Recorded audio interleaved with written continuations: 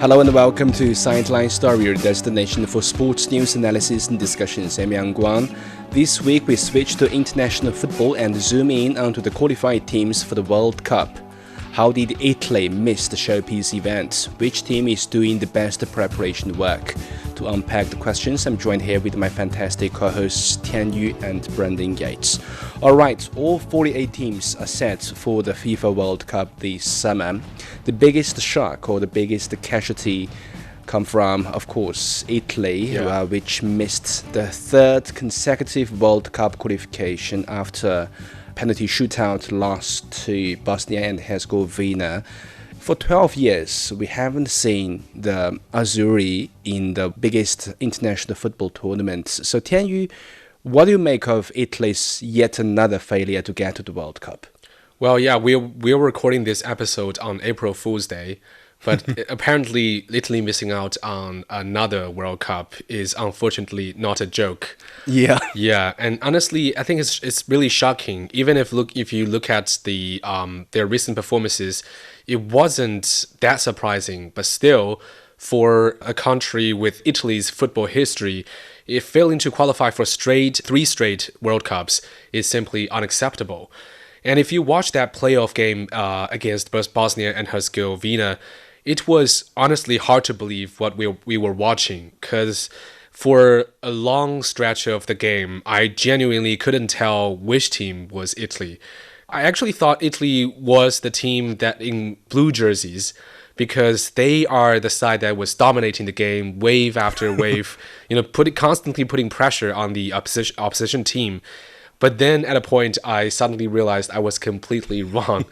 They could blame on their results on Bastoni's, terrible blunder that led to the red card. They could question the referee's decision or talk about, the difficulty of playing away in Bosnia's home court.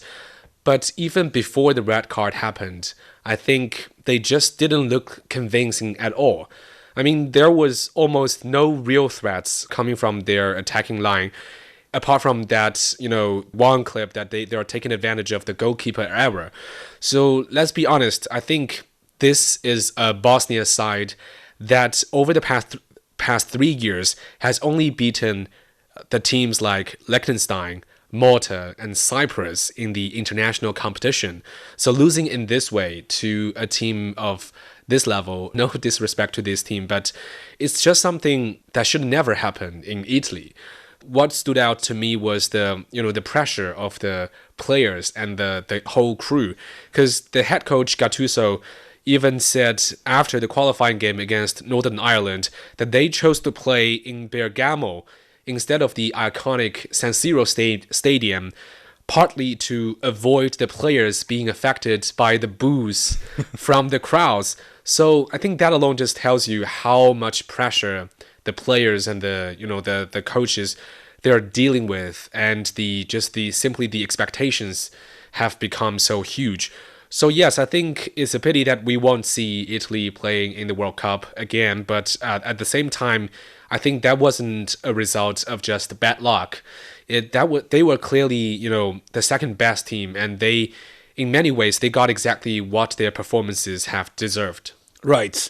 Of course, pressure piled up, especially after Italy had already missed 2 World Cup finals. I think it's one of the reasons they got eliminated from the qualifiers. Yeah. Brandon, what does Italy's crash out tell you? An unlucky night or a deserved result?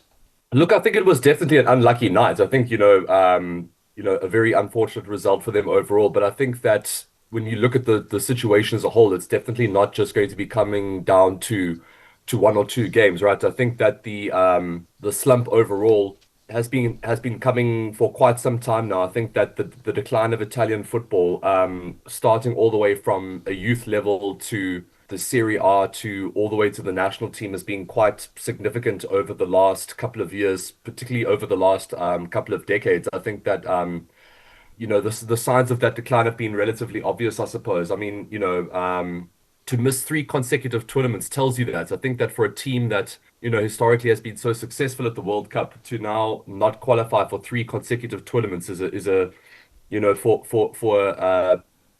a footballing nation of this magnitude is a huge disappointment. Not even just a huge disappointment. I think it's almost unacceptable, considering how successful they've been in the past. Of course, with the latest win being in 2006, if I'm not mistaken. No, when was it? 2000. When 2006, did they yeah. win? 2006. With all of those, legends like Materazzi and Cannavaro and Buffon and Del Piero and Pirlo and Gattuso and all of these incredible players that they had. Luca Toni. I mean, the list goes on and on and on.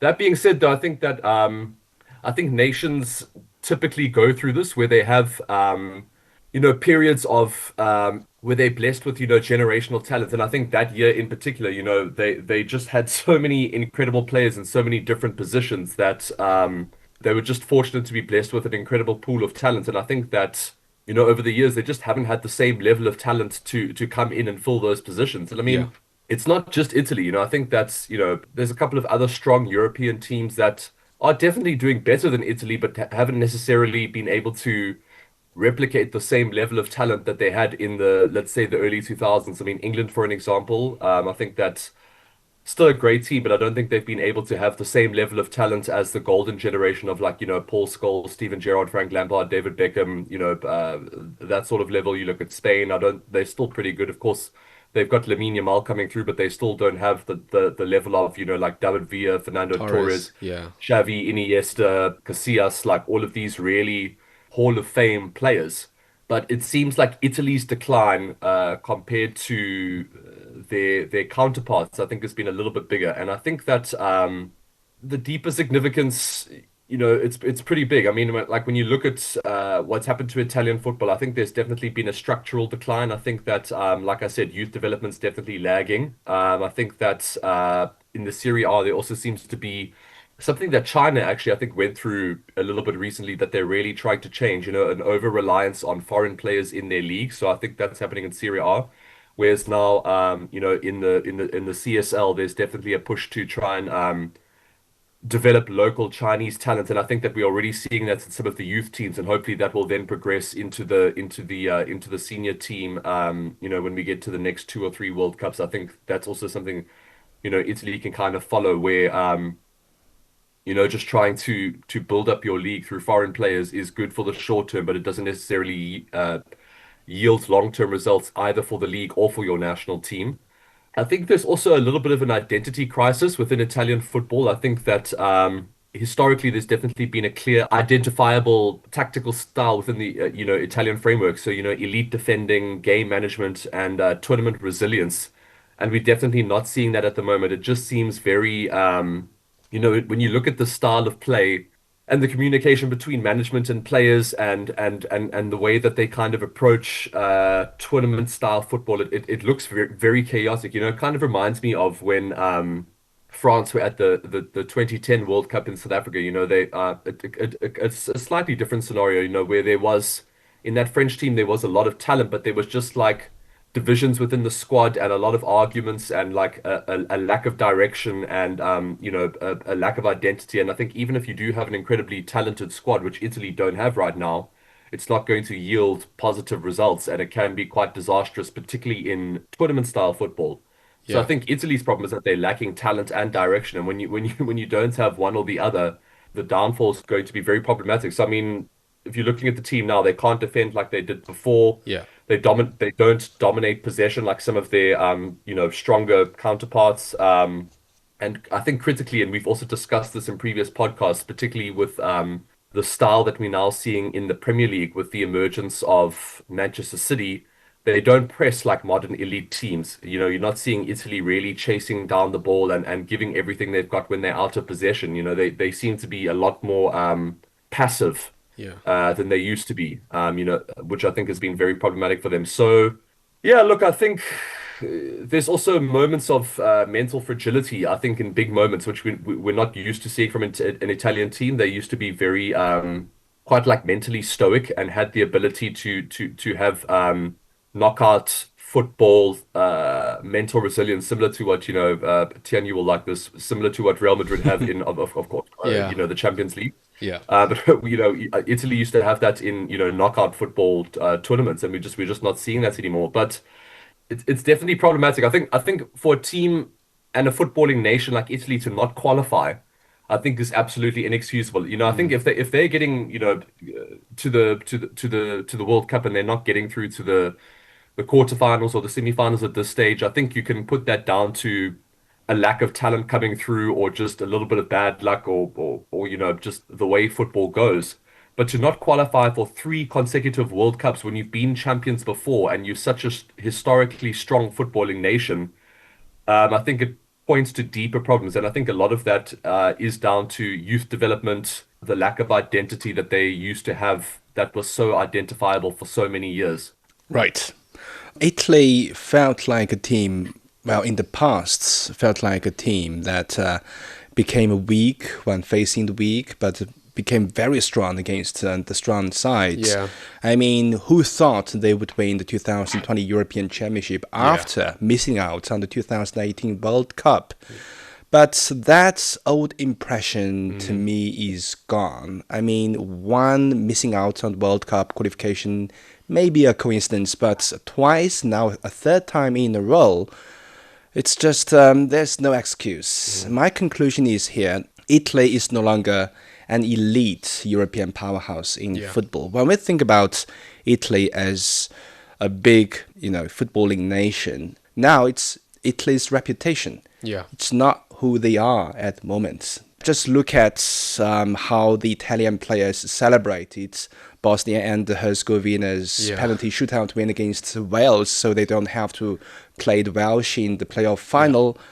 I know this team doesn't belong to the elite European powerhouse club anymore. And as Brandon mentioned, beyond the national team, Italian football as a whole felt strangely unconvincing for a while now. Yeah. On the club level, there's no Italian teams in the Champions League last 8 this season. It's met with tactical stagnation, old-fashioned football management, and a Serie A league that is trailing far behind the Premier League and La Liga, and has become a destination for old stars who are about to retire only. Yeah. So Tianyu, what happened to Italian football? Well, yeah, I really don't think this decline of Italian football just come overnight. And I think we've been watching this slide for quite some time now. Because Serie A used to be one of the biggest stages in international football. You had legends like everywhere. I mean, R9, Del Piero, Zidane, Maradona. So it was once one of the most competitive leagues in Europe. It's called the Little World Cup. Yes, maybe even the world. But the problem is, over the years, Italian football didn't really evolve with the game. I think while football across the Europe became faster, became more technical and more dynamic, Italy, in many ways, they just held on to an older style for too long. Their defensive identity used to be their name card, but it gradually become a limitation now. The league lost some of its excitement, and just naturally the biggest stars and also the next generation of talent just shifting towards leagues like the Premier League and La Liga. And once the stars are gone, the money, the sponsorships, and the global attention tend to shift away. And I also think I agree with what Brandon said. Youth development is also a big part in this, because modern football has changed massively, and Italy's system hasn't always adapted quickly enough.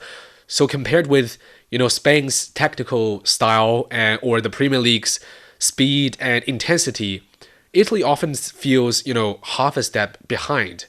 That tactical gap eventually turns into a talent gap. When you're looking at the current Italian squad, I mean, you can really feel the lack of top-level attacking geniuses. I mean, there's no Del Piero, no Inzaghi, no Totti, no player who can truly change the game in the final third. They still have a bunch of excellent players like Bastoni, Barella, and Tonali, especially in the midfield and in defensive lines. But football is still, at the end of the day, is still about scoring goals. And right now, that's clearly where Italy is struggling the most. Right. I still think the financial struggles are the main reason behind Italy's decline. I mean, the Premier League really raised this capital game to another level. Yeah. The price of the players have been, so much inflated, and the Serie A clubs just can't afford the best players in the world. Yeah. Serie A might not be as attractive as Saudi Arabia in introducing big names in football. Naturally, the competitive level of the league would decline, which would further, lead to national teams' disastrous performance. From the perspective of the game, on the pitch, from the players, I mean, where is Italy's defense? Yeah. Defense used to be what the Italians feel most proud of in their football philosophy. They built the hardest wall no one can break. Yeah. But now, look at their defense. It's gone. It's shaky. Bastoni's stupid red card action. In the European qualifiers, they conceded 4 goals against Norway. They even conceded 4 goals against Israel. Yeah. I mean, where's their defense? I mean, it's Italy, for crying out loud. Yeah. All right, enough of criticism. Before we move on, here's a quick review of the biggest sports headlines in China and around the world for the past week. Italy failed to qualify for a third consecutive FIFA World Cup after losing to Bosnia and Herzegovina in a dramatic playoff decided by penalties. The match ended 1-1 after extra time before Bosnia triumphed 4-1 in the shootout, securing its first World Cup appearance since 2014. Italy coach Gennaro Gattuso apologized after the match. There's a lot of disappointment and bitterness about how this defeat came about. I've been in football for so many years. This sport has given me so much joy and so much bitterness. But I told my boys they have to be very proud because we deserve a different outcome. The Czech Republic also advanced via a penalty shootout against Denmark. Sweden secured qualification with a 3-2 victory over Poland. Turkey had also punched its ticket to the World Cup, edging Kosovo 1-0. Iraq became the last qualified team after beating Bolivia 2-1 in the cross-continental playoff. China's men's football team lost 2-0 to Cameroon in the 2026 FIFA series in Australia, recording 1 win and 1 loss. China earlier beat World Cup side Curacao 2-0 in head coach Xiao Jiayi's debut game. Bayern Munich says Rafael Guerreiro will leave the club at the end of the season with his contract expiring. The 32-year-old is rumored to join Benfica next. Ghana has parted ways with manager Otto Addo just around 2 months before their World Cup fixtures. His dismissal follows a 2-1 loss to Germany and a 5-1 defeat to Austria. Despite having stars like Antoine Semenyo and Mohamed Kudus, the Black Stars failed to qualify for the Africa Cup of Nations last year. Chinese motorcycle manufacturer ZX Moto has secured a landmark double victory at the Portuguese round of the Superbike World Championship, marking a breakthrough for the country's presence in top-level production-based racing. Valentin Debisi powered the ZX motorbike to victory in Saturday's World SSP Race 1, starting from second on the grid before finishing 3.7 seconds ahead of Spain's Jaume Masia. The team followed up with another win in Sunday's Race 2, underlining the competitiveness of the Chinese-developed machine across the weekend. Mercedes' Kimi Antonelli has stormed to his second straight Formula One victory at the Japanese Grand Prix in Suzuka. Sometimes it goes well, sometimes it goes badly, but this time it went well for me and I'm very grateful for that. And of course we have 3 weeks now to recharge. Gonna need to come back stronger and I need to raise my game. The result makes him the youngest driver ever to lead the championship standings, now 9 points clear of teammate George Russell. Yannick Sinner has made history after beating Jerry Lehechka in straight sets to win the Miami Open. He completed the coveted Sunshine Double without dropping a set. Finally, let's look at how the powerhouses are preparing for the World Cup. Friendlies can be sometimes deceptive, but they can also give us, some fans, some clues on how teams are doing their preparation work. Tianyu, based on the most recent international window, which team looks like they are building the real momentum going into the World Cup? The first team that comes to my mind has to be France. I mean, just look at the attacking lineup. Yeah. Mbappe, Ekitike, Olise, Ousmane Dembele, Doué. It's just ridiculous. And some of them were on the bench against Colombia in that friendly. Yes, it's not just the forwards. I mean, France basically has elite players at every single position, and all playing at top clubs across Europe's major leagues. And like you said, I think what impressed me recently is that the depth of their squad. They rotated heavily in friendlies against Brazil and Colombia, basically fielding two very different starting 11s, and still won both games pretty easily. So I think that tells you this team is not just talented, is deep, is flexible, and is confident. And also I think there's Spain. I mean, this Spanish side, they still keep the possession-based identity, but they seem to have much more variety than ever before. So you still see the control in midfield, but there's now more wing play, more pressing, more direct passes, and even more willingness to go long when needed. So that makes them much more harder to play against. Also, I want to talk about England. Yes. As for this team, I think I still have doubts towards them because they always look fantastic on paper. But, turning individual brilliance into real team chemistry is just totally different, and has always been the big question for this England squad. I mean, sometimes they're having too many starts, but it can actually become a problem because it's just hard to fit everyone in a single balanced lineup.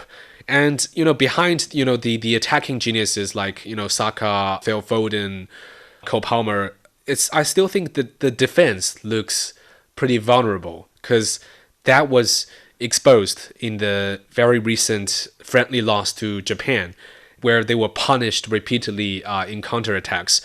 So yeah, I think for me, England definitely has the squad, but I'm just not fully convinced that they were genuine top favorites in the World Cup. Right. England were forced to a 1-1 draw by Uruguay and then a 1-0 loss to Japan. I mean, England never lacks big names in major tournaments, but it's sometimes they cannot be glued together. Yeah. Brandon, after the latest international window, which team do you think is leading the charge? And how much weight should we even give these results when teams are still experimenting their lineups? To be honest, going into the World Cup, I'm not looking at any other team except South Africa. We have not qualified since 2010. And of course, we qualified because we were hosting the tournament in 2010. And I still think we hosted the best World Cup tournament ever and had the best World Cup song ever in Waka Waka by Shakira. And the best opening goal ever, that screamer from Sipiwe Shabalala against Mexico. I think that was one of the most iconic World Cup goals ever, and I'll remember that forever. And hopefully there'll be more moments to come. So I'm definitely going to be looking at Team South Africa. And look, I'm going to be realistic. Of course, we're not going to be, one of those teams that are entering as the favorites or, one of the powerhouses that people are looking at to go forward into the tournament. But I'm hoping that we can cause a few upsets and hopefully get through to the knockout stages, which we unfortunately weren't able to do in 2010. Since now Hugo Bruce has come in, to coach the team, the increase in performances from South Africa or Bafana as they're known in South Africa has been immense. There's definitely a lot more consistency and defensive structure, and we've also got some emerging talent. I mean, for example, we've got that striker Lyle Foster who plays for Burnley in the Premier League and also managed to score a goal against Manchester United recently, and I think that's the only time I've been relatively happy to see Manchester United concede a goal. To see a South African score in the Premier League against Manchester United, it's something that we haven't seen for quite some time. I mean, we've had a few legends, like Benny McCarthy and Lucas Radebe and one or two others. But, looking at the bigger teams, I think I tend to disagree with Tianyu. I think that England could potentially do something surprising because I think they are still relatively star-studded, but I don't think they are even nearly as star-studded as they have been in the past. I think that the only real superstar world-class player in that team for me is Harry Kane. Yeah. They've got Declan Rice, who is good, but I don't know if he's a world-class midfielder that is going to do things that Steven Gerrard and Frank Lampard could do. I mean, he's ultimately a defensive midfielder for me and probably the best in the world in his position, but I don't think that he's going to be someone that is going to be relied on to bring England results, So I don't think there's a battle within the squad in terms of big star names, and they also seem to be a lot more of a collective unit than they have been in the past. And I think they've also got an incredible coach in Thomas Tuchel, who I think is also is not intimidated by any stars, does not favor any players, is not sentimental about any players. He definitely seems to pick on form as opposed to picking players based on what they've done in the past. People are probably expecting more from teams like Tian, you mentioned, more from France and Spain and potentially Portugal and Argentina and one or two others. And I think England could cause an upset. I think they've got a very, very good chance of going all the way at this year's tournament. Right. Other than the powerhouses, there are a bunch of teams who return to the World Cup after years of absence, like South Africa, like Bosnia, like DR Congo, and there are a bunch of debutants like Curacao, like Cape Verde, and Uzbekistan. Let's keep our eyes on them as well. With that, we end this episode of Sideline Story. Thank you so much for joining us. Subscribe to Sideline Story and leave your comments wherever you listen to podcasts. For more information, you can also check our website at radio.cgtn.com. Until next time, stay on the sidelines with us.